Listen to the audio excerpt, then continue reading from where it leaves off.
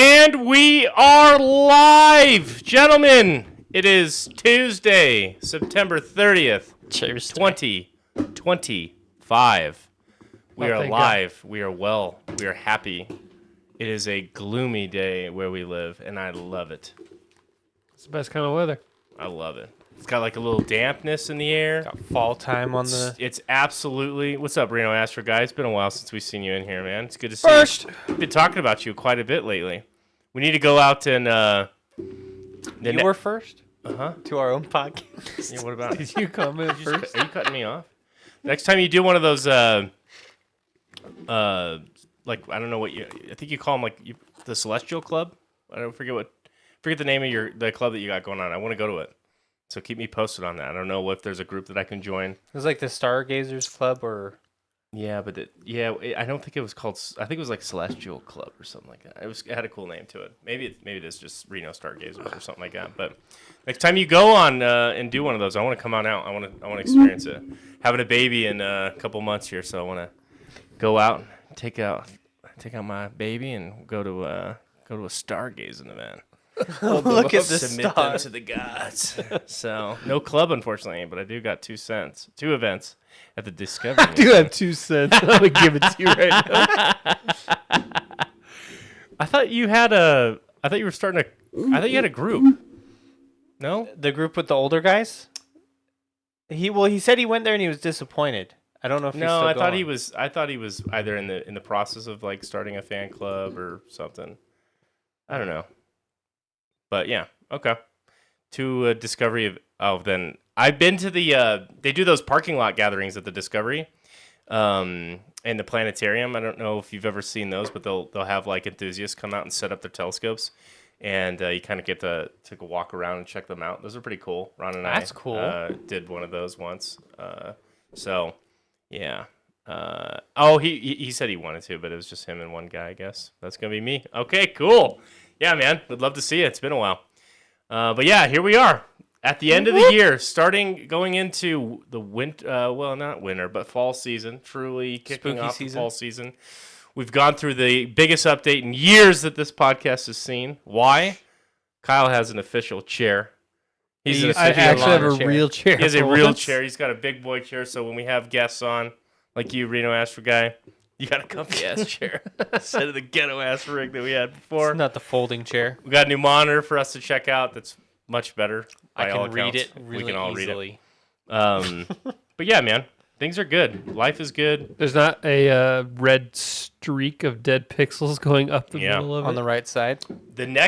So this is going to be the last episode, even with this setup here too. Like we're going to see another transformation because this laptop is going to be going bye-bye. We're going to be actually operating off of a real rig. Imagine what we can do. Think of the extra possibilities. pixels that we can push. Think of all the subscribers we're gonna gain. It's unbelievable. They With take the one look at computer our power? setup and they're like not subscribing. But once we have that, they The world might is say, ours. We'll be rolling in nickels. I like the optimism. pennies are gone. I think there's a half penny in our future. Do it for the love of the game. What are you guys up to? I've been pretty busy. I beat Silk Song. Clap it up. Beat the true ending. It was tough as shit. But I did A lot it. of sweat. And I hear shit's tough. Lots of sweat. I watched K-pop Demon Hunters. Really good movie. Really good.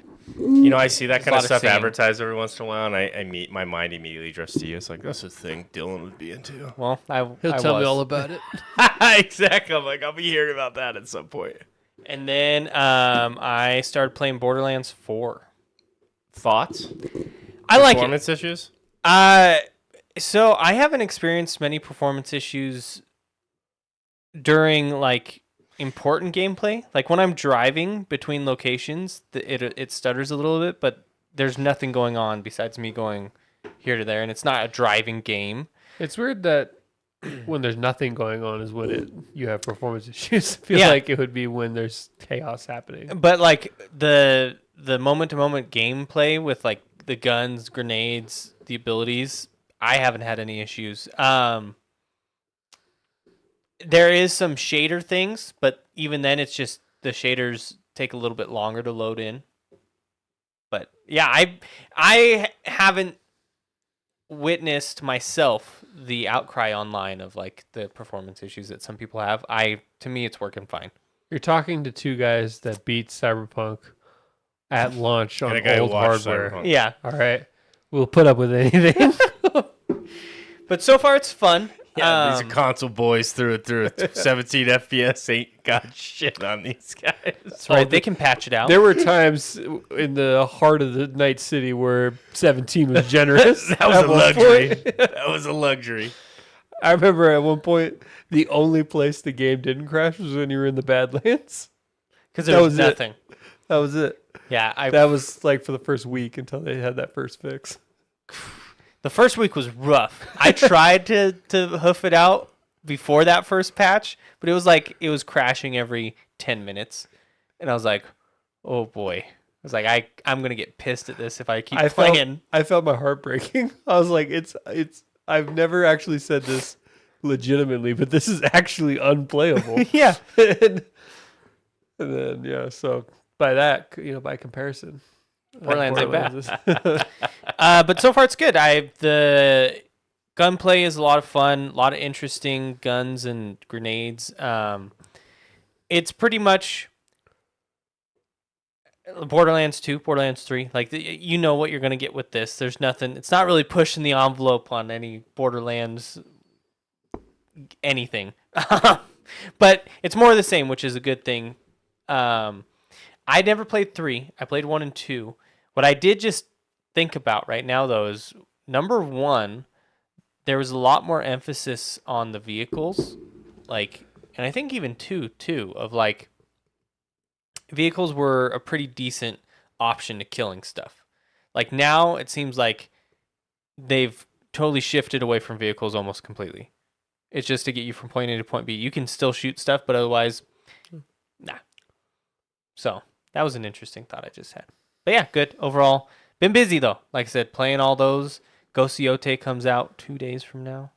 It does. And I'll be excited. It's getting really good reviews for the most part. Yeah. But like it looks amazing, at least in my opinion. So I'm excited. Hades 2 came out. I want to get it, but I know I'm going to be busy with Ghost Yote. that apparently Something Cool Gaming's been grinding that. like also Game of the Year crashed, contender. Oh, like, and I'm like, what is the definition of crashing Steam now? Because like Hades 2 apparently is like, it did even more than Silksong. It's crashing launchers. And I'm like, I'd never even heard of that. Like, like I don't know if this, like, yeah. what do they mean? Are they just, is that the new like lingo for just saying that it had a good launch? It's crashing. Like, I don't know. I mean, it's how you build up that hype for it. I don't know. Yeah. It's very strange because I am so foreign to having any problems on Steam. No. Like I've never anytime I click update or pre-download or whatever, especially Hades, which has had like a soft launch for as long as it has. I mean, I had Hades 2 downloaded like a year and a half ago. I did, yeah. I have not gone back to play that game yet. The full release came out. Yeah, I should. should. I should check it out. I really enjoyed it. I put it probably 40. Yeah, no, maybe not 40. Maybe like 15 to 20 hours into it. Yeah, Maybe more. Maybe 25. It's another one in the realm of Game of the Year contenders. Like I see its name brought up all the time too. Hades 2. I think probably just it gets in there by default because of Hades 1. Because Hades 1 won Game of the Year, right? Did it win? Or I was think it it was a nominee and then it won nominee. like a bunch of the side ones, like Best Art or whatever. Best Roguelite. Like, I don't know. We'll see. I haven't really been playing anything. I've been reading a lot. So, Studying. But Calm down. calm down, young man. No, not studying anything, just reading a lot. Work's kind of been busy, but been staying busy with that, and I kind of don't want to. I don't game like you guys, as you know. Like, Don't game casually. I'm Yeah. just so fun in the way I game. So like when I'm done with like a particularly strenuous day, I'm like, all right, I need to go like watch 49ers content, just drain my my mind. But yeah, the just been reading a lot. I'm looking forward to building out the rest of my rig for my 5090 build, which is still sitting next to me, collecting dust. It's the only 5090 not in use. It's a very expensive shelf piece Paperweight. Yeah. next to the Look at toilet over there. So looking forward to that. There's going to be, once that comes, there's going to be a ton of shit that I have to do. Like I'm going to have to transfer my, oh yeah, Reno Astro guy, I got a 5090. Yep, got it a couple weeks ago at MSRP, if you can believe it. You wanna show it off? It was 2000. I mean, I showed it off last time. Yeah, but he wasn't here. Okay. Yeah, you can pull it out if you want. I trust you. Oh, fuck. But it's the size of a PS5. It's outrageous. You just got a 5080. Yeah, well, that was actually one of the things. Like, the frame gen specifically, it's one of the reasons why I went with NVIDIA. I didn't want the FSR side of like a 9070 XT or the 7800 XTX. I wanted DLSS 4. And so... Like crinkling it right in the mic. Yeah. like ASMR. There it is. She's beautiful. There's a I big- think she's the size. I mean, it's a monolith. So It's a tough gaming. yeah, Get tough, game tough. it's the Asus Tough Gaming version, absolute unit, 600-watt space heater of a computer. 32 gigs of VRAM. Another big reason why I wanted it. How I much just does felt it like weigh? a lot of the. How much does it weigh? Probably 5 pounds. I mean, it's ridiculous. 25 pounds. A lot of that was actually one of the big deciding factors for me. Ultimately, too, was I actually held a poll on it on stream, and everybody voted "Go Balls to the Wall." Of course, no sense to be had in the chat. Yeah. But Why? so I went. 3 of those votes were us 3. Yes. One of them was my wife, so it counts. Yeah, I like frame gen too. As long as you do that, you bring up the one drawback, which is the latency, the input lag, right? That additional latency layer from the frame gen. But I think for me, as long as I can get to, I'll be capping these games at 120 hertz because that's what my monitor is. Very graphically good demanding games you play constantly. Yeah, constantly. Guild Wars 1. You better have your rig set up. Yeah. I can finally play this the way it's meant to be played. Hey, man. Because I have a super ultra wide, so it's like basically I have to play everything in 4K. So, but I'll be capping everything arbitrarily at 120 FPS and checking it out. So, as long as the input latency is not that bad, I'll be rocking and rolling with it. But the big deciding factor was honestly DLSS 4 and the 32 gigs of VRAM. Because I just felt like with the games in the future, VRAM is going to be more and more common, and it really isn't a lot of there's like a sweet spot, right? Like 8 gigs of VRAM on a card nowadays is too little, probably. 16 is probably that sweet spot, but if you can have 16, why not get 32? You know what I'm saying? No, it kind of is the deciding factor for me, and anything that the AMD team had to offer. I mean, I was not about to buy what is it, like a 7900, 7800 XTX, I think is their top line card. This card's 3 years old now. Yeah. And AMD has bowed out of the top of the line performance market. I got it at MSRP, so I paid $19.99 for it, which is I feel very good for still. So I just was, I'm looking for an upgrade that I can do for the next 10 years. What I'm probably going to do, Reno Astro Guy, is undervolt it, take like 1, maybe 2% of the performance off the top, and make it to where it only is generating like 350 to 450 watts of power consumption in my room. And because that's just a lot of heat output. And yeah, going from there. The big deciding factor for me, like of why I wanted to upgrade, was I played Monster Hunter's Wild, and I had a horrendous experience with that on my PC. And that game was kind of poorly optimized, but it was like unplayable. I had to turn on like all the performance stuff, and because I have like DLSS 2 or DLSS 1.0 on my current card, I couldn't even, like, the input lag was almost like 1 second, it felt like. So I would move the camera and be like, it was That's just, how the it game was is. so bad. though. That's actually designed that way. It's only the elite can play it. That's what they said about Borderlands 4. If like, we're not gonna like what the founder say. He said he got caught up in some controversy. He's like, yeah. He's like, yep. You just gotta have the right stuff to play our games. It's like, okay. Like, I guess we're just better than you Yeah, peasants. you just gotta. Sometimes you gotta shell out the cash. But yeah. What do you think about EA getting sold to Saudi? What did they? What was it? 50 billion or 55 billion or something like that. Crazy.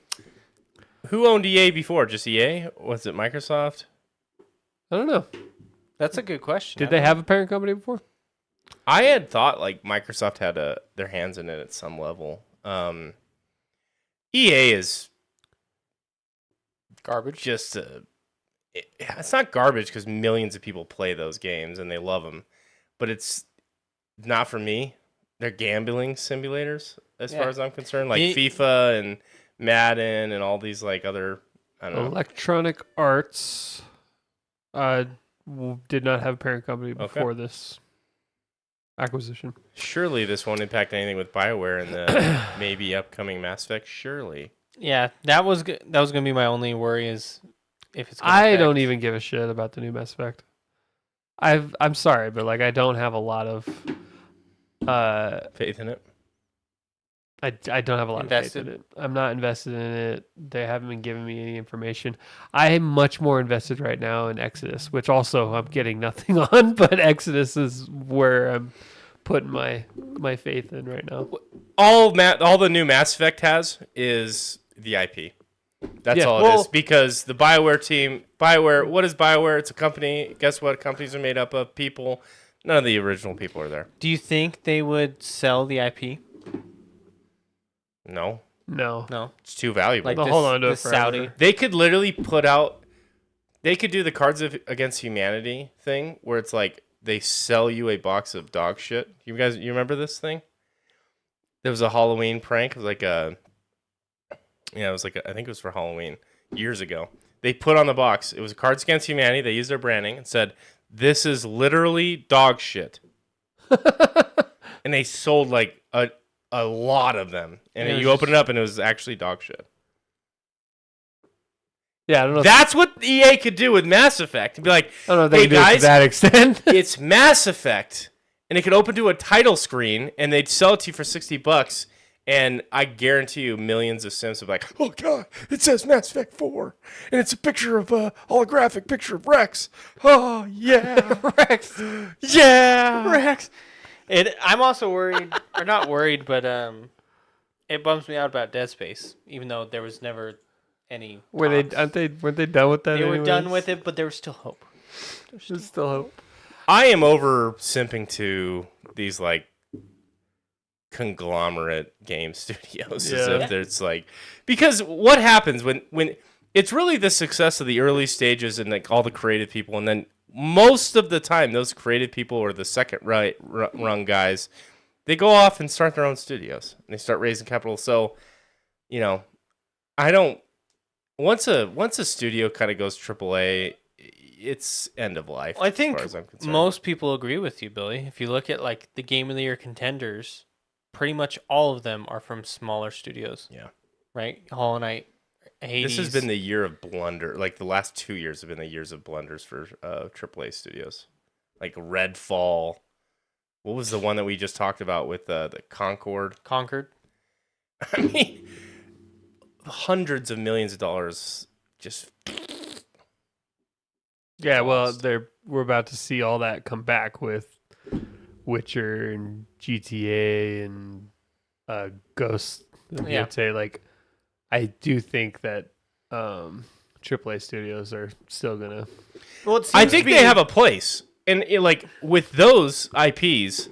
Once GTA comes out, I mean, it's game over for the next 10 years for anyone else. Yeah. And I feel like it's the shift, at least to me, is it's shifting from where back when we were younger, it felt like it was the conglomerate, right? And it was like they had a bunch of good games and it was all owned by EA. Now it's like you have AAA companies that make one game specifically really good.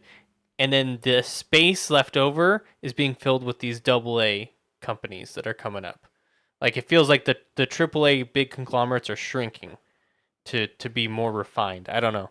Well, EA at one point they had all these different divisions too. They had EA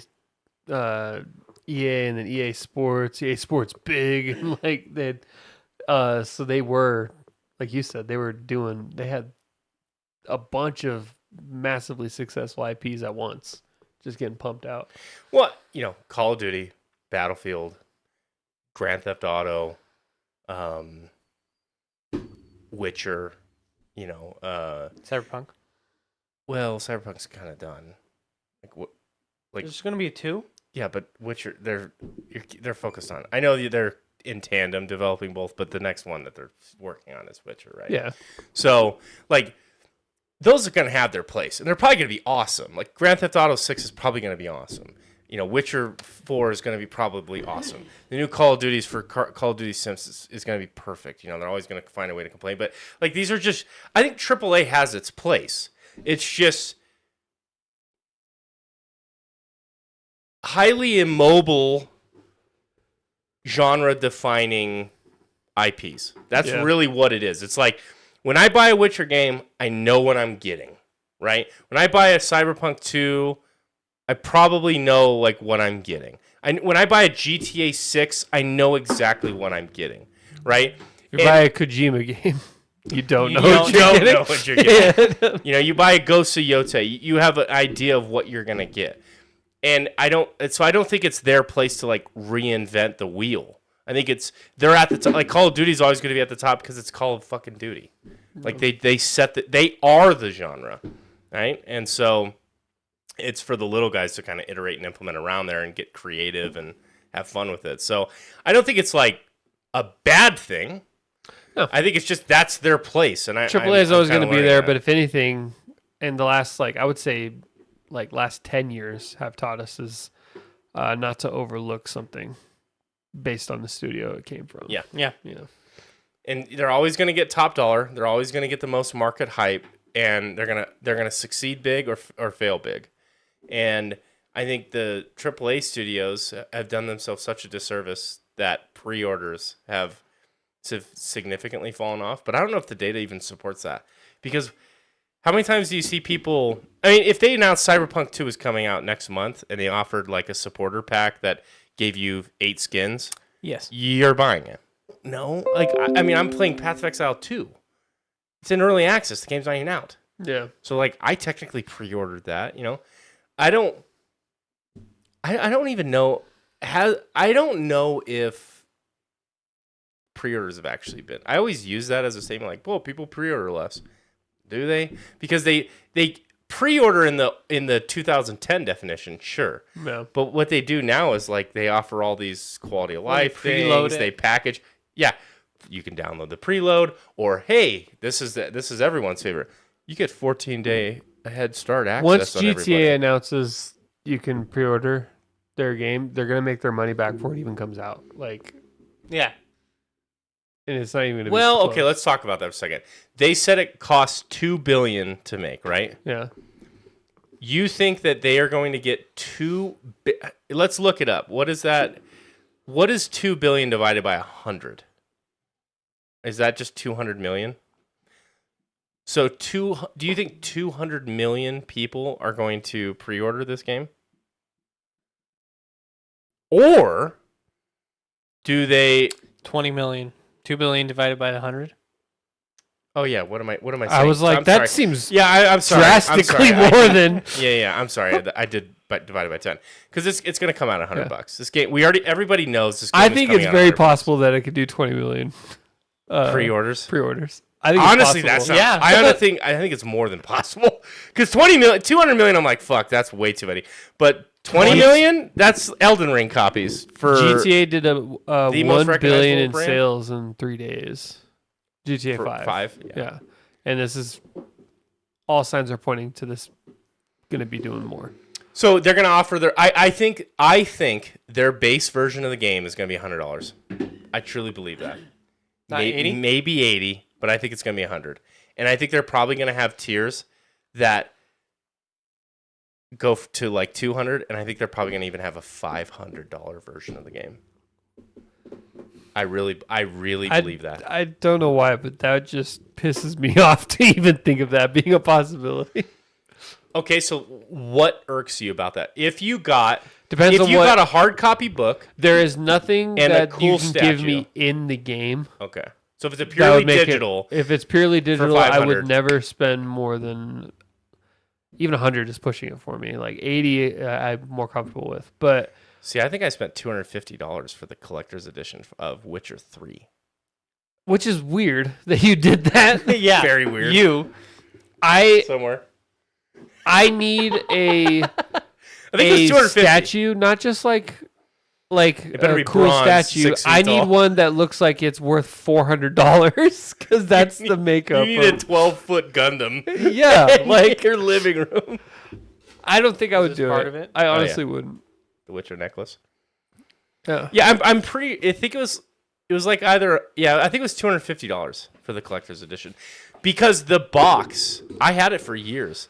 Every single person from Project Red, or Signed CD. What's the name of the studio? Yeah, CD Projekt Red. CD Project Red, signed the box. Actually signed it. Witcher 3, that was back when they were still kind of like a double A Smallish. studio. And so Still don't know why I did it. Kyle wasn't with me. I was by myself. I got talked into it live. I think I'd heard about it from him for sure, but I'm like, okay, bought the collector's edition. Well, the deluxe edition of Dragon Age Inquisition. we had talked about it Just dumb. and we watched like one video because at that point we hadn't really known anything about Witcher. And we watched at that point they released like some early gameplay footage of Geralt like fighting the Griffin, and we thought that looked kind of cool. We weren't like over here like, oh my god, we got to get this or anything. But then when you Then I said saw this. you were like, I pre-ordered it, and I was like, all right, well, I'll pre-order too. I'm not pre-ordering that level of it, but I'll do it. And then we played it on launch. We played it like simultaneously and beat it within like first day or two Yeah.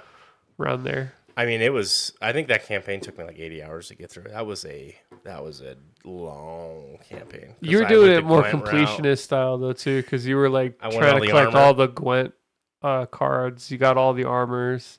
I totally played that game weird. You did like every like collectible thing there was to do. He did. He like got all the mutagens and stuff. And then he beat it and then never played it again. So there's no point. Never in even wa- like Never getting played all the that. expansion. Never Nope. played the expansions. Never even thought about downloading them. So it's weird that you got all this stuff to never even use it, but it's I just know, right? part of the thrill was That getting it. legendary armor, you had to do some quirky shit like that first week of release to get some of the.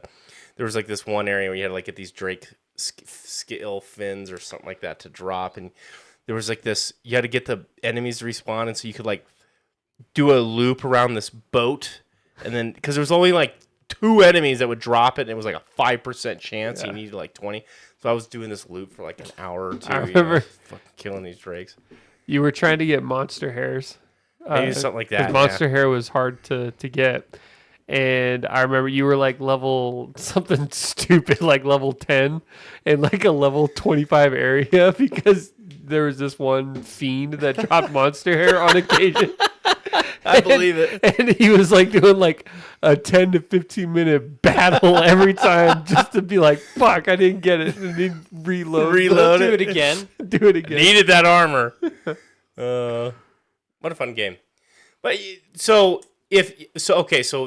$100 for you, purely digital, that's hitting the line for you. Yeah, I'm really thinking about it at that point if it's purely digital. What's the number for you? Same. Like for the game, microtransactions later once I've saved up money again, and if I feel I've justified the amount of hours into the game, then I could go over 100. But just buying the game itself, 100 is Especially like when pre-orders do this thing they've been doing lately now where they're like pre-order to get the digital album. Like, oh, you mean I could also just go to YouTube and like listen to it pull it there? up. I don't know why they act like that's a selling point. Yeah, like I It's can very get that strange to me. everywhere. You're like, oh, you get a digital art book. Yeah, you can look up Cool. the art. I'd rather get a physical art book. That would be cool. But Yeah. like digital art book, you might as well just search it on Google. So what would be the line for you? I'm really trying to think. This is going to sound even more cancerous. I'm willing to spend more if the game's live service. And I know that that's like kind of a wild take, That but is wild. with a live service game, I'm expected, the idea is you're going to put more time into it than a traditional narrative-based game, right? Wouldn't you agree with that? Like, Yeah. that's the whole idea of the model of a live service game. So, the example I'm using is like Path of Exile 2. Path of Exile 2 Where is you bought it and you got the in-game currency at a discounted rate. it's when you bought not.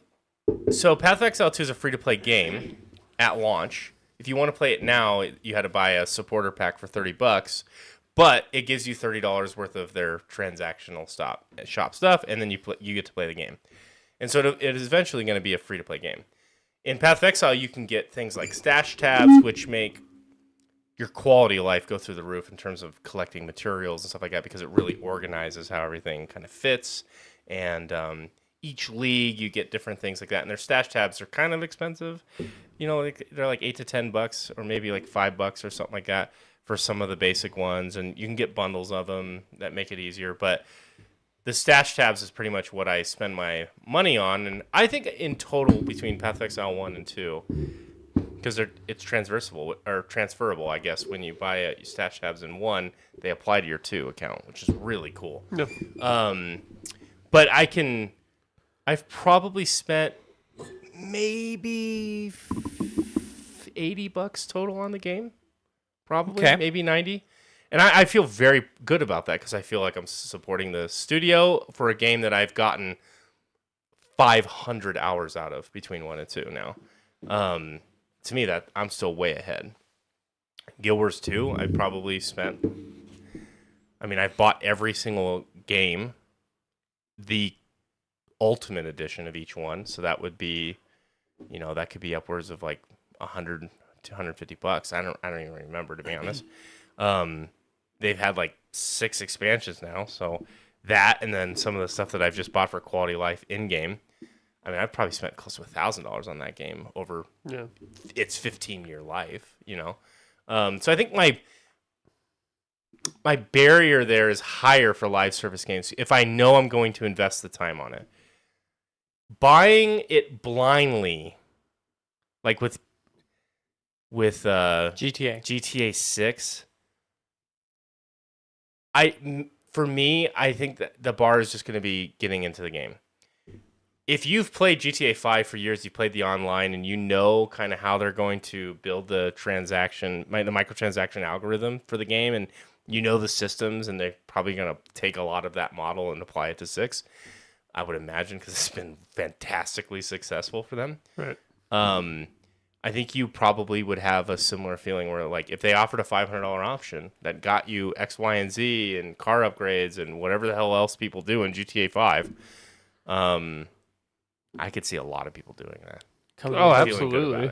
Comes with So a I real would life feel like I prostitute. could see a real They send a stripper to your home. Yeah. Wow. for $500. It's a That's steal. steal. I'd do it. I don't know. But yeah, I think I'm willing to spend more on a live service game, especially if it's one that I'm familiar with. Less so on if it's a true narrative experience. Yeah. I have a side tangent. 2 side tangents. 2 side tangents. First one's a funny, quick one. Did you hear what Kojima said about his new game OD? So Overdose? in an interview, so it's a horror game. He said, "I want to be the first person to motion capture a ghost." What does that even mean? What does that even mean?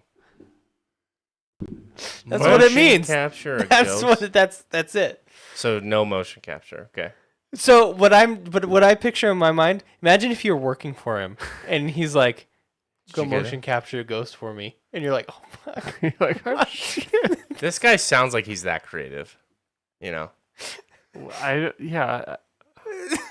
But I can't even wrap my head around what I would do if my boss told me to go motion capture a ghost. I bet you he has a bunch of people who have enough of an ego to report back that they got it.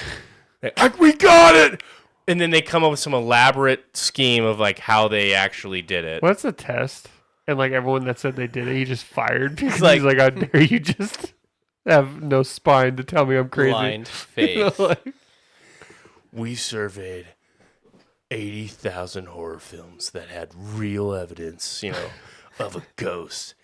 And we've applied AI to it, modeled its movement. It's gonna be some stupid explanation. They would. Kojima's gonna be like, "Fuck yeah, we did it." it's gonna be like there's found footage like ghost videos on YouTube that they've exactly used AI to map movements.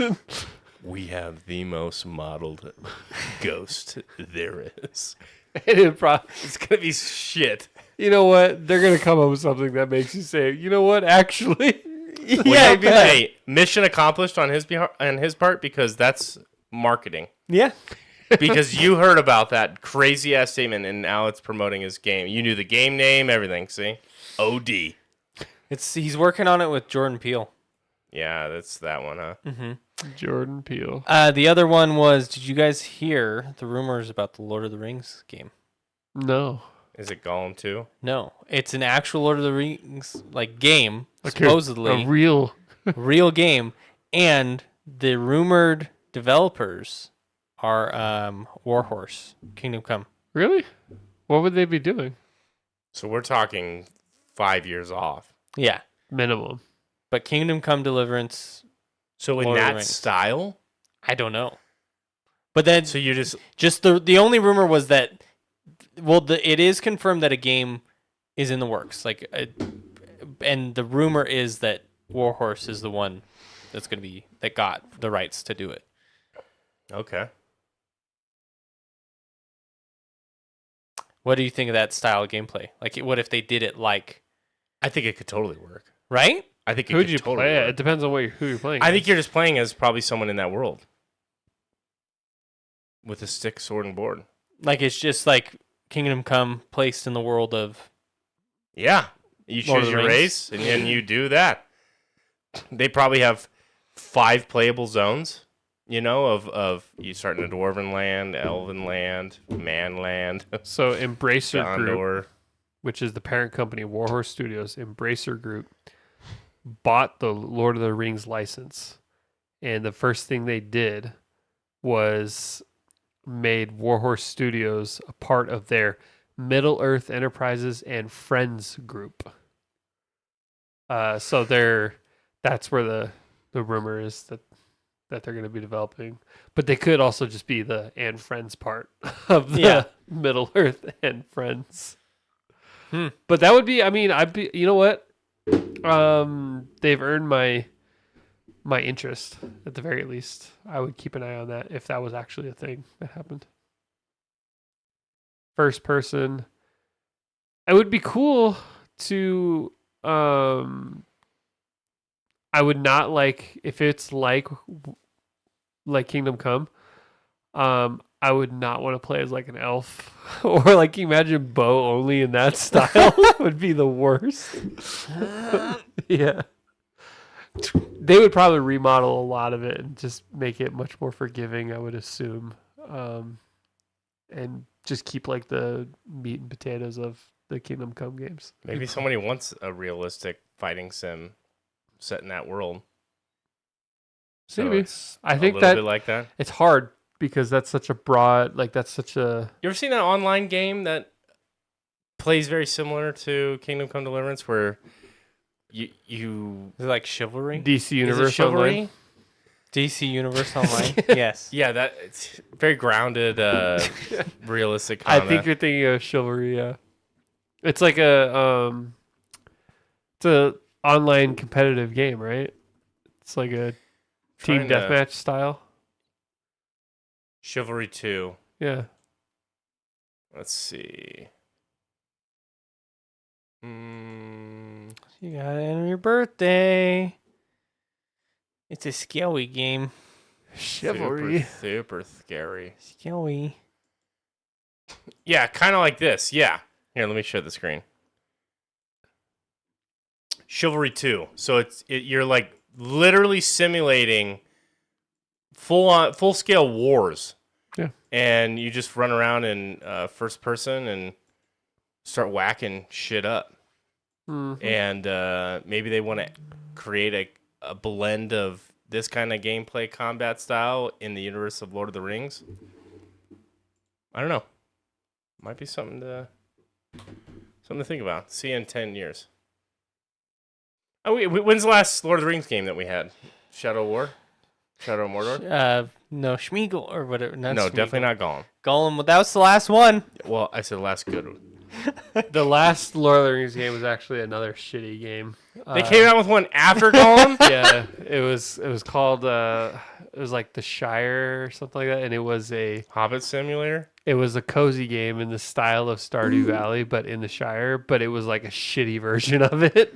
That sounds like the perfect formula I was too. gonna Seems say, it like probably that would sound- be on paper- perfect, right? Yeah. On paper, that works. they phoned it They in. fumbled it. Yeah, they fumbled it. Damn. At least from the reviews I watched. So I mean, Lord of the Rings to me is one of those franchises or IPs that it's like, I wonder why. It seems like a gold mine. Can I give you an argument for that? Okay. I've been thinking about this actually lately. Do you think I feel like a lot of adaptations suck that are adapted from a source material where we've already had other adaptations. Like Lord of the Rings has been there. We have a movie, we have a TV series, we have multiple games. It's sort of been done. If you're a truly creative up-and-coming artist or narrative direct or game director or programmer and you want to work on something new to put your thumbprint on, are you drawn to the next and new Lord of the Rings IP? Or do you want to create something that's truly unique, that's yours in your vision? Because I think that's why a lot of these games kind of suck. Because they know, based on the IP, that's going to boost their sales X amount. So they don't have to put in that much work, or they lean on that, or they feel hand-tied to some of the IP, and, oh, it's what I have to deal with. That's Versus- 100% true. Yeah. I feel like that argument makes sense, right? Only time I've seen that done successfully. Well, if you want to talk about just purely adaptation, CD Projekt Red adapted both Witcher and Cyberpunk. But there hadn't been another Witcher game, It wasn't right? like Yeah. it was Yeah. super popular media. I guess Spider-Man 2018 and Spider-Man 1 and 2, that was pretty successfully well received, and that has been done in a million different medias before that. But for the most part, I think that's pretty much on track. Yeah. Yeah. Huh. So I guess that leads me to question, right? Like, to me, what creates like The Witcher, right, is you have a fan of the book series or a collection of fans that love it so much and are so passionate about it. They're like, oh, I love these books.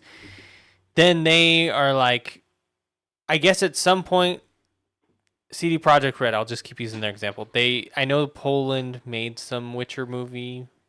Like 30 years ago, Yeah. 20 years ago. So I guess maybe they would look at that and, that would be part of their...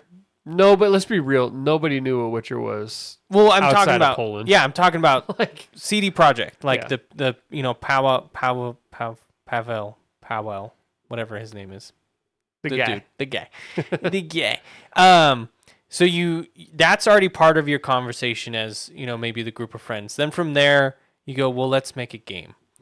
And then I guess with like more popular media like Lord of the Rings, maybe it's oversaturation that they feel like we don't need to make a game because we already have this amazing movie, we have this game, we have all this other stuff. Maybe it's the missing, like, there's not than Spider-Man. I don't know. Well, does Spider-Man count because does it turn into a... I know nothing about this game, so correct me if I'm wrong. Is it almost like an Assassin's Creed where it's like this just the next Spider-Man that you have all the tools, everybody loves the tools of Spider-Man, so it's easier... Like, You know what I mean? Is it like really groundbreaking in terms of really creative new stuff, or is it just a good Spider-Man game? I don't know if I would say that it creates new stuff. It's more like it's perfected already existed things. Yeah, because I would almost put Spider-Man in like the Call of Duty category of just they figured out what it is, and everybody loves Spider-Man. People love Spider-Man games. They kind of create a new version of that with some new narratively. They gave us a good story, which was lacking in Spider-Man games for a while. They haven't had a good story-based Spider-Man game. Well, quite frankly, nothing was on that level. Yeah, ever up until that game came out. And the web swinging mechanics and the traversal, I don't think any game. There are maybe a few games, but most games do not do it as well as they did. I can't think of any game that does traversal as well as Spider-Man. I mean, his mechanics set up pretty fun for that. Yeah, I've always even then like Mirror's Edge, but it's a totally different type of. It's still like not as good as.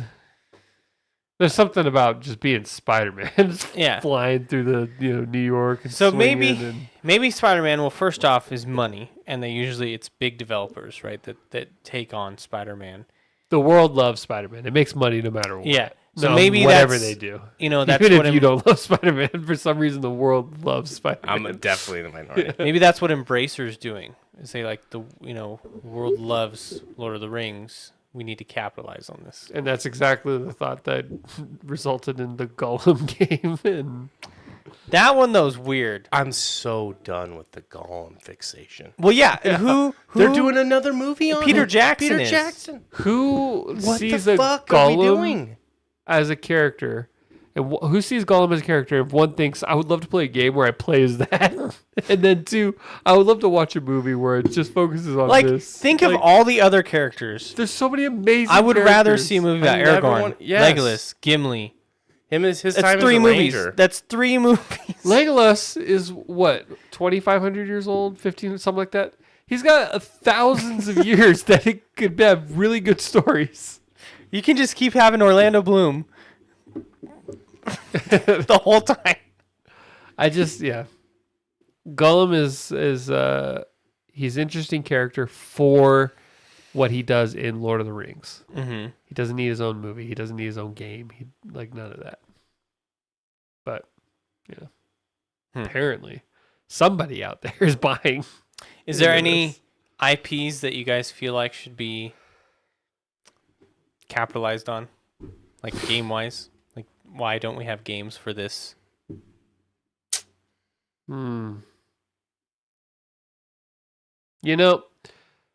There are games for this. Exodus. There are games for this, and they've had some success in the MMO world and stuff like that. But I would love to see like a really good, like I'm picturing like Naughty Dog making it like a Star Trek game.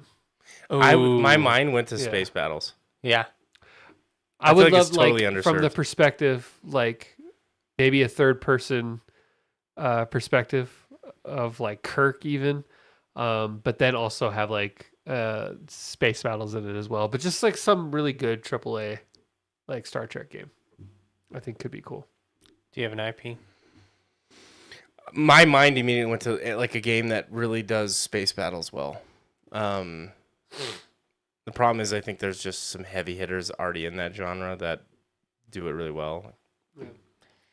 Weirdly enough, I think if Star Trek Star Citizen was made into a good game, I almost feel like they couldn't focus solely on the space aspect of it. I feel like it would have to be more like the third person hero type game. Like if we're doing like Naughty player, Dog. Like Naughty Dog or like the people that just did the Indiana Jones game. Now imagine that, but with you got a crew, Captain Kirk and, his red shirts he brings along with him to die. Oh no. Like I feel like I do think you're right about the space battle portion of it. I feel like that's really hard to pull off. And that could be like narratively in the background, but not like the focus in the same way that Mass Effect. Space battles are narratively in the background, but it's not the focus of the game. In fact, there is no space battles. Yeah, it's just that you actually cutscenes. play. It's just cutscenes. Everything else is ground. Would that missions. bum you out? Yeah. Like I'm talking purely PvP kind of, That's or even PvE style. I wasn't even large scale thinking battles. of multiplayer. I know. It's a perfect world for it, though. When you being said Naughty honest. Dog, yeah. I mean, we just don't want to have that many games that come out with space battles, and you could do so much with it. We have a lot of space themed games, but they almost have nothing to do with space battles. I mean, Think of a Star Trek movie, though. oh yeah. There are some movies where there's more, and it's certainly in the TV show, there's way more space battles than there was not space battles. But majority of the most entertaining parts about Star Trek is not when they're on the ship, it's when they're on alien planets or they're in They're doing space something. stations. Well, space They're is doing boring, right? It's something, like just floating through. And so emptiness. that's why I think that would have to also apply in a game as well. Unless you can make the combat really, really good. And I'm thinking Battlefront, Star Wars Battlefront. Yeah, but that would be hard though, Level because combat. Just Star fun. Trek doesn't really have Fighters? they don't have fighters. They have warships. Well, and that would be from a narrative perspective, you've got the Klingons versus the Alliance or whatever. What are they? What is the other? There's a Klingon force and then the USS United is States. it the Alliance? What are they called? Why am I drawing a blank? I think it's the Alliance, But Space Force. yeah, what the hell? the Federation. Federation. Thank Yeah, you. it's the Federation.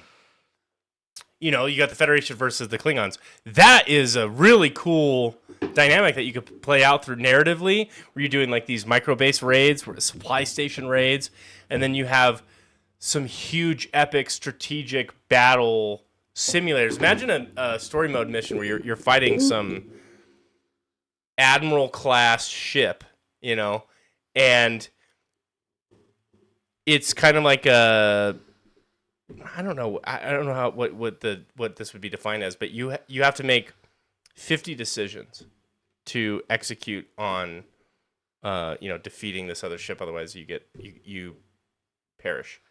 And you have to execute them in a certain level of correct order to complete the mission, or you die and you have to restart. Definitely, I it can plays into see Mass that. Effect stuff where you have to have a certain level of readiness for certain, you collected this weapon or this ammunition to make your ship better, so you can make sloppier decisions. I could see that working, but that would definitely have to be two different games. Yeah, The game I'm combat kinda envisioning blows on that, too. would not be that. That couldn't exist in the same world as that game. Closest thing, combat wise, that I can think, and even this, you would need to.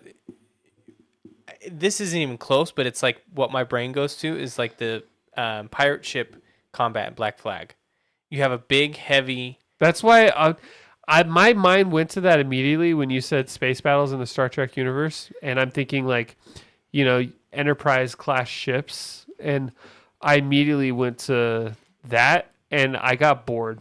Yeah, because I don't like the idea of controlling a sluggish, slow, No. because the that just boats doesn't- work. they Well, suck. for me, they work. I like the Black Flag boats because it's a boat, and you're like, okay, I'm navigating the waves, and it's like you have the environmental hazards.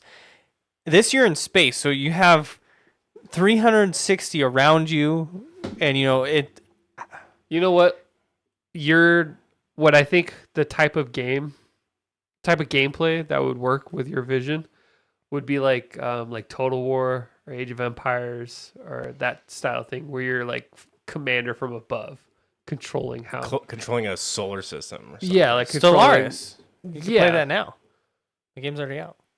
Yeah. Have you ever tried those games? Age of Empire? Or anything Oh, like what is I that have called? Civ. Isometric. I don't know the genre's called, but I used to play a lot of Combat Age of simulator? Empires. Yeah, simulators.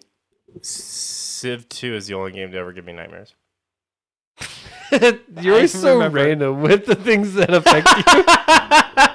I think I remember you either told it on the podcast it was or on the outside. podcast. Yeah.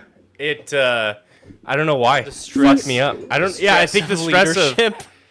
of like the enemy army is at our doorsteps, and we don't have enough wood to fight back. We don't have enough swords and shields. I don't know, man. So have you played it since, like other games since then, like No, that? dude. You Triggering. you could probably get really into it. Oh, I know I could. That's probably why I have PTSD from it. I even see those games in the way that they're played out, and I'm like, ugh. They made Breathe. a Star Wars version of that called Empire at War. I used to play that a lot too. That was fun. Do you feel like Star Wars has been utilized to its full potential as an IP? Yes and no. You're talking to a guy who's his favorite game of all time is. I feel like there's Star Wars fatigue happening majorly right now, and it's a bummer because a lot of the things that they've been doing just hasn't really been what people have wanted. And so I think there's a lot of potential out there to have like some real good Star Wars shit, but it won't ever. It feels like it's never going to happen because now they've lost their why following. don't we have a Mandalorian Red Dead type game? No. I'm thinking of a lot of stuff in like Legends though that got decanonized when Disney bought it. Like there were so many cool things. Well, they were working on a bounty hunter game. Like there's a big. It's not. People don't just love Jedis, right? They like the universe. There was a bounty hunter game that people were really hyped for. There's a game called 1313 that actually released a trailer for it and everything. And then it got canned. It was something. It was like over halfway done. And then Disney bought them out and they just canceled the project. And so, was that game ever going to be like the game changer of games? But like it's still that huge what if because the trailer looked really fucking cool. I just think there's so many Star Wars alternatives out there. Yeah. You've got the MMO, you've got countless RPGs. You guys just played one. What the hell was it called? Jedi Survivor? Yeah. I mean, Jedi, there's just so many of them. Fallen Order. I'm kind of over all these stories being told in the exact same era. Yeah. Like everything is like, oh, this happened between episode 3 and episode, 7. 1. Give me episode 50. Like, or give me like pre-episode Old Republic stuff, like 1,000 years before anything. Like, I would love that. That would be really cool. Discovering the midichlorians. Discover like The real source early of Jedi power, like on Jeddah. Give an origin in lore, like the Jedi were actually a species on the planet Jeddah, and that they were the first ones to become like force sensitive and stuff. Oh, so then they bred with all these other species, and that's how. Essentially, yeah. Wow, there you go. Yeah. They tell that story, especially the. Then how does Anakin all of a sudden have like off the charts? He was the Jesus. He is Star Wars Jesus. Well, yeah. Did you watch The Force Awakens and those ones? I've seen Force Awakens is part of the 9. Yeah, the last. They talk about how the Force is like this. It's inside of you. No, it's an almost being that it always creates good and light. Like if there is no good, it creates good. If there's no bad, it will create bad. The Force created Anakin because the Force, the light side and the dark side were all out of whack. And this is why also people don't like the sequel trilogy because it just kind of like throws that all away. So he wasn't just naturally born, he was selected. Yeah, he was impregnated into Shmi like Jesus pretty much. Well, yeah, isn't there a comic about that? Yeah, and he has no father, and he was created for the sole purpose of bringing balance back to the Force, and he did because he ultimately at the end he killed the same amount of he made it to where there's the same amount of light and dark by the time he was done, and that involved killing lots of Jedi, but also killing some Sith as well. He was created because the world was too light and it needed some darkness. Essentially, yeah. Wow. That's fucking crazy. Yeah, like the Force. It's too good right now. Let's fuck. There's the light side of the Force and the dark side of the Force, and the Force itself. Either one gets unbalanced. The Force itself caters to both unbiasedly. Oh wow. Yeah. Then Ray. So then why And effort then Ray to do came in anything? and fucked everything up. Like I like Ray, but like they really kind of messed up Lore-wise. that whole That's bonkers. So then, if I'm a nihilist, then why ever try to do anything? Because then the Force would sort it all out. Wasn't that That's a philosophical debate. isn't that the gray Jedi?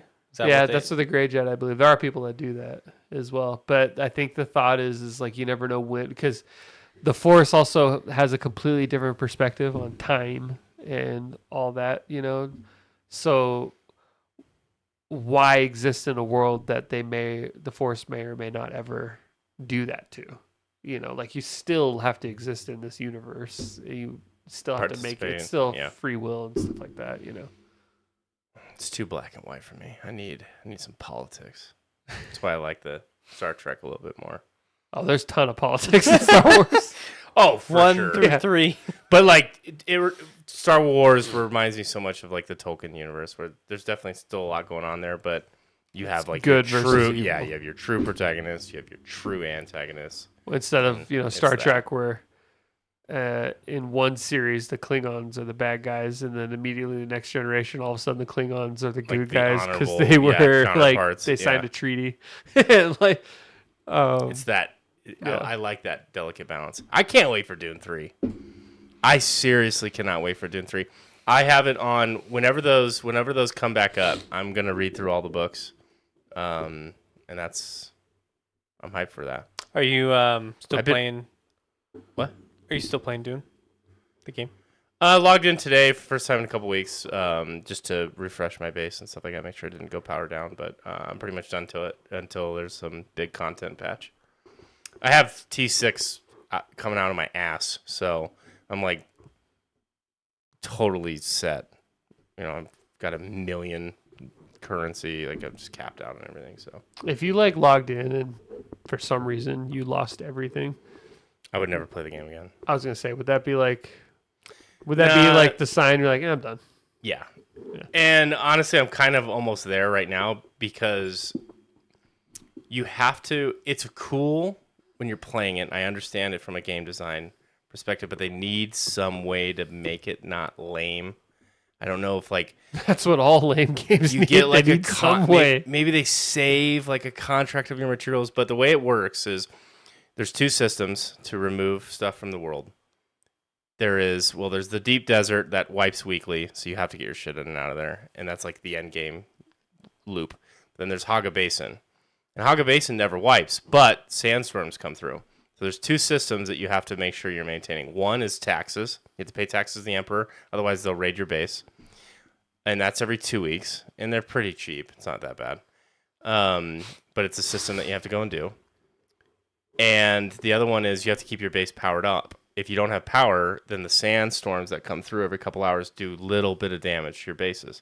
And they can wear your stuff down to where they start taking damage, and then your storages break and all your shit goes to the ground. And when loot's on the ground, only lasts 45 minutes and it's gone. So if you took like 2-3 months off from the game, you would come back and everything you had is gone. Yeah. Now there's like guild bank storages in the town and stuff, so you could prep for it and make it okay. The problem is I have this much stuff, and you can only store this much stuff in the guild in the banking system in the game. Yeah. So I don't want to get rid of all this shit that I've worked up to. What the fuck? No. And I don't want my base to dissolve because I don't want to come back to the game one day and have to rebuild a fucking base. So I've been doing this for the last month or so, however long it has been since I haven't really been playing. I just log in, refresh my stuff, and get off, and it's like it's kind of a lame system. I'd have But given it's up a cool. long time ago. It's cool because the world, when you're playing through, like I played a week after launch, I got to see a lot of the people who were hyped up, started playing the game, and then quit because you see these bases fading away and returning to the ash, and you could loot them, and it was I don't like kind of games cool. that make me feel like I'm trapped into playing. Yeah, Well, that's why that's maybe That's how they I felt do. about like Destiny too. Like every time I try and get in Destiny, I like it for a little bit, but then I feel like if I'm just not constantly playing, I just fall behind, and it just. I wish they had like an insurance system where I could buy like an insurance contract on certain storage bins, and say like, no matter what, this is safe, and however that works, but or expand what I can store. Pocket dimension, you can just shove all the shit in. There you go. It's something. Because the Reed boy, what's his name, Franklin Richards. Yeah, it's disappointing to kind of go through and see all that stuff. So, this isn't the normal kind of content we talk about on this, but I just binge watched all of The Pit on HBO Max. Oh, it was really good. What's that? Really good. It's a doctor show, right? It is a medical drama. It is being, and I'm not in the medical field, so I can't confirm this. I just know it's a good show. It's being lauded as the most accurate medical drama in terms of the things they do, the stuff they see, like the machines they use, the verbiage, everything. They say nothing's been more accurate than this. It's a first time I've seen a show run with this concept. So basically, it's in an ER in Pittsburgh, and they call it the Pit because it's like a level 1 trauma center, which is it's a fictional hospital in downtown Pittsburgh that sees hundreds, if not multiple of hundreds of people a day, and it's 15 episodes in a season, and each episode is 1 hour of their shift. And so the whole season is just half a day. Wow. It's just one night, 15 hours. And the concept is it's a busy ER, and it's the shift from hell. Like, things keep escalating, keep getting worse, and you're seeing these people pushed to the limit and pressured. You're not going to find, it's not like Grey's Anatomy. You're not going to find love affairs in the background and things like that. You don't have time to. They're literally there to work. And geez, you don't even see anybody heal then. Yeah, you see people that are going to be okay, but the shift, it's just moving. And it's got Noah Wiley in it, which is funny because he was one of the main stars of ER for the first 15 years or whatever. And he originally envisioned this as a spinoff to ER, and they couldn't secure the rights. So they went back to the drawing board to see, well, what can we do? And they developed this show instead. But you guys care if I say spoilers? Yeah, go ahead. So the shift starts. Cool. It's on his the anniversary of his mentor's death. So he's already got that kind of weighing on his head. But they go through. First, it starts off, a couple of people come in. There's fentanyl in the streets and people are overdosing. So they're dealing with that. And then they start dealing with... What city is this in? Pittsburgh. Oh, sorry. Yeah. Then they start dealing with, there's the homeless population. There's someone that they figured out, the mom reported a kid because he had written in his journal that he wanted to kill some people. And so they're dealing with all this. In the meantime, there's people dying, they're saving people. And then on I forget what it is, hour 10 or 11, there was an active shooter at a fictional festival called Pit influx. And so they have to deal with they get over 150 people come in that they have to try and save. They call us Code Blacks, right? I forget what the code is called. Completely overwhelmed. Yeah. But because it's so realistic, and they had an ER senior physician consulting during the writing of it, it's really it's really fun to. Fun intense. Is a weird word. It's really entertaining to watch, to see just the level of what these people do. And then how it works when there's an active shooter. They have all these bands that mean different things. They just start slapping them on people as different levels. Super entertaining, very intense. They don't shy away from showing anything. In the first episode, this lady got her leg stuck in between a train and the edge, and so her foot was degloved. Oh, and so they show that and they don't shy away from showing anything. And so is it? I know you said brutal. It's each hour of the shift, right? Is it? Yeah. Does it follow the same formula of what begins in the episode as far as patients? By the end, they're done with that patient. They move on to the next. patients usually carry over like 1 to like at the most like 4 episodes. Okay. But ER, the idea of an ER is once you get them stable or once you get them like okay, they move on to the next level and then they're done. Like there's no like it's just rapid. Yeah. So is there character development in the show, or is it really just ton of character development in the 15 hours? In 15 hours, you see lots of stuff. Like it's incredible, like what the writers were able to do. In this, like you feel like you worked this 15 hours with them. By the time you're done, you're like, oh my god. And they use different people as like foils for the viewer, like because there's 2 med students that this is their first like shift. And so you kind of get from their perspective, you kind of get like the craziness of it. But there's 1 senior attending, and then like 2 senior residents, like 2 junior residents, and then like 2 med students. Those are like all the doctors for the night shift. And then a bunch of other nurses and stuff like that. But you'd be surprised how much story and how much they pack into this. And it really does play like if you just sat there and watched it for 15 hours, it just continues. Like there's like 1 episode ends and the next episode just picks up exactly where it ended. And I like that as a story device. Cause I think that show does really well to binge, I think. And that's what we ended up dialed doing. in. Yeah, because once you watch it, there's no soft end, right? Like it's not like end.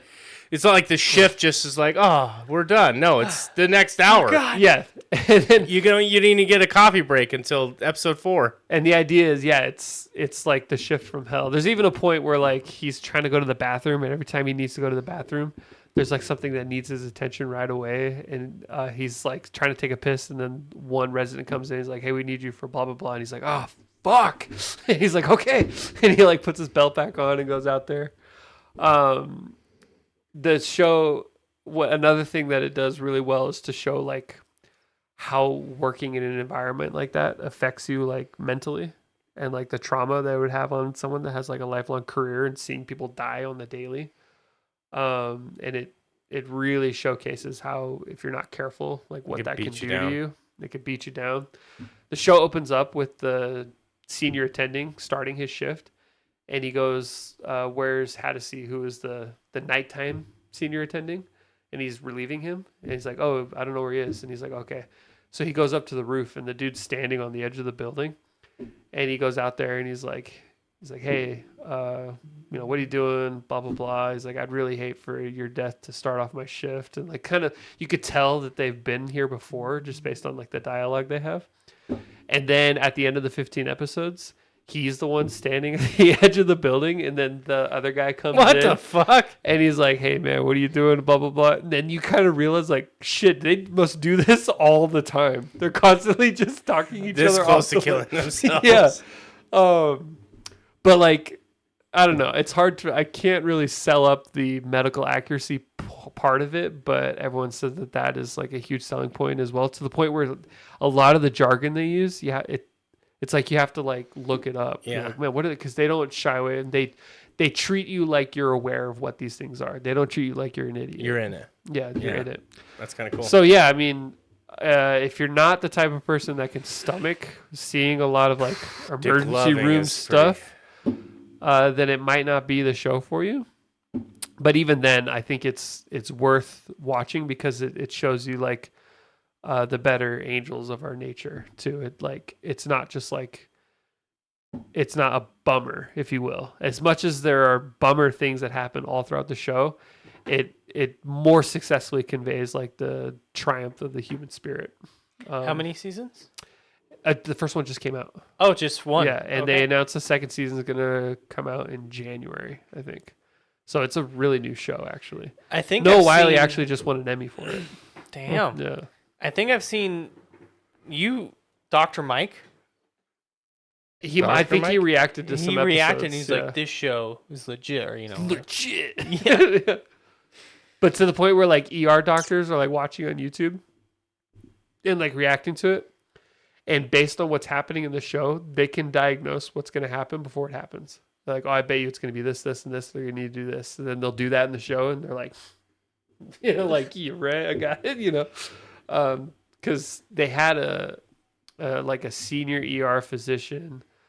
It's not like one of those shows where it's like, we got to do a shrink. Yeah. And the guy's choking to cut your throat and fucking ruin your voice for the rest of your life. You're not going to see anything like crazy and 1 in a billion chance diseases come through. It's not House. It's not House. You're not going to be like, oh, this person, they once Bubonic said plague. hello to somebody 30 years Touch ago. the mouse. And now it manifested. And then, it's all going to be things that are very real, could very realistically happen. There's no mystery. There's no House that's going to come in and just diagnose something insane. Lupus. Nothing like that. It's not lupus. It's not. And they're not going to have like I said, and then on the flip side of that, it's not Grey's Anatomy where there's going to be like doctors hooking up, like behind the scenes while someone's dying on the table. That is that show, is the romance. Like there's in no Scrubs. There's like maybe a few times where people kind of flirt with each other a little bit. But So what is the character development then? So the main Just them character trying to development. not kill him?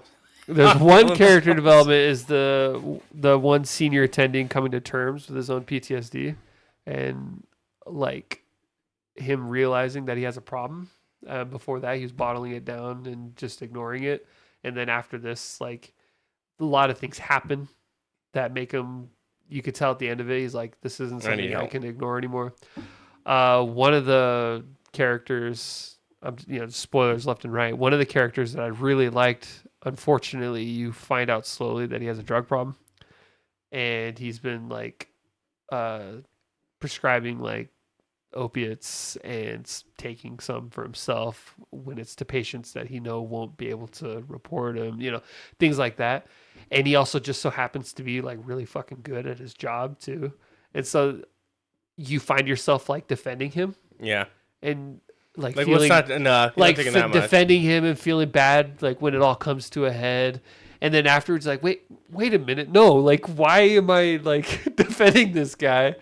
But then also just seeing like the med students, like what they go through over the course of like 15 hours, seeing what they're like at the end of it. And whether they're going to stay. There are some that are like, fuck this. I am never coming back to a hospital again. And then you find out a lot about like one character has a sister on the spectrum to the point where she's not like really able to take care of herself. And at first you just see her like taking care of patients in a unique way that other people don't look. And then you realize it's because she has a sister that she takes care of. And it's just stuff like that. Like, it's hard to explain the character development, but when you watch it, you definitely have a different perspective on every single character at the end of it than you did at the beginning. It's really good. And I've never been one that's like, I kind of like medical dramas, but it's not like, like... You don't seek it out. Yeah, I don't seek them out. Like, I fall off of them pretty quick. Like, I thought Good Doctor was kind of entertaining, and then after like a season, I was You were done. over the quirk. If they do another season... I am a surgeon. Yeah. If they do another 'cause they season like leaned this... into that the whole time. if they do another season like this, it's going to continue to win awards and stuff. The next season they've already announced is going to take place on the 4th of July, so who knows what's going to happen with that. But, Fireworks. yeah. I was really into House, so I'll have to give it a shot. I know you said it's not like House, but If you liked House, I don't know if you'll get the same thing out of this that you did in House, because I liked House too, but it's... I love House. well, It's, House is like a mystery, like a Yeah. Yeah. Like this shows him dealing with like this is like real life, almost borderline boring stuff where he's like getting like chewed out by one of the hospital. I don't even know their title, but like they're getting pissed at him for patient satisfaction scores because they are striving for like 38% and their patient satisfaction is like at 13%. And he's like, if they leave alive, they're satisfied. He's like, I don't understand, and like they talk about like nurse shortages and stuff like that. So it's definitely, if you like medical dramas, I'm sure you'll like it, but I wouldn't be like, oh, you loved House? Watch this. Yeah. It's not the same thing. Because House was, I believe, based loosely on like Sherlock Holmes. He was supposed to be like the Sherlock Holmes of medicine. Just if he was an ass. Sherlock kind of is. And Wilson is supposed to be his Watson. I could see that, actually. That makes sense. Although, House has just a great through line story. I mean, he was a drug addict just like Sherlock, too. I mean, yeah, it's actually kind of interesting. House has some fucking episodes that are just bangers. Yeah. Like when they are breaking down that he's doing a teaching class, and he's like telling the story of him, but they don't know it's the story of him. And then he drops it on him you slowly realize that he's talking about himself, and you're like, oh shit! And all the doctors missed it, which is why he fucked up his leg. But it didn't make it clear that was he a doctor at the time? No, like I don't know. It's like you couldn't diagnose yourself. I don't know. Yeah. It's kind of weird how all like the linearity of that, but there's no in the pit. There's no music at all. There's no score, no soundtrack. They said they let medicine be the score, let the drama play for itself.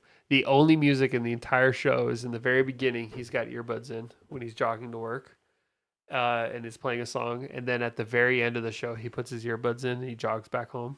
And that's the only time you hear music in the whole thing. There's no title card. Each episode is literally just called, it's like 7 a.m., 8 a.m., 9 a.m. up until 7 p.m. or whatever, and so on and so forth. And it'll just go like 7 a.m. and then just play. Like there's no like, intro title sequence to get you hyped or anything like that. So it's a true like marathon of a show. Like you just go in and you just watch Buckle up. Yeah. Well, where can people find us? They can find us right here on YouTube, where we stream every Tuesday at 7 p.m. Pacific time. Come join us, leave a like, subscribe, chat in the comment section. Let us know what you're playing, what you're watching. Have you seen The Pit? Do you have armpits? Yeah, that's the logical question. And remember, the good kitty, you get the dub. Bye guys.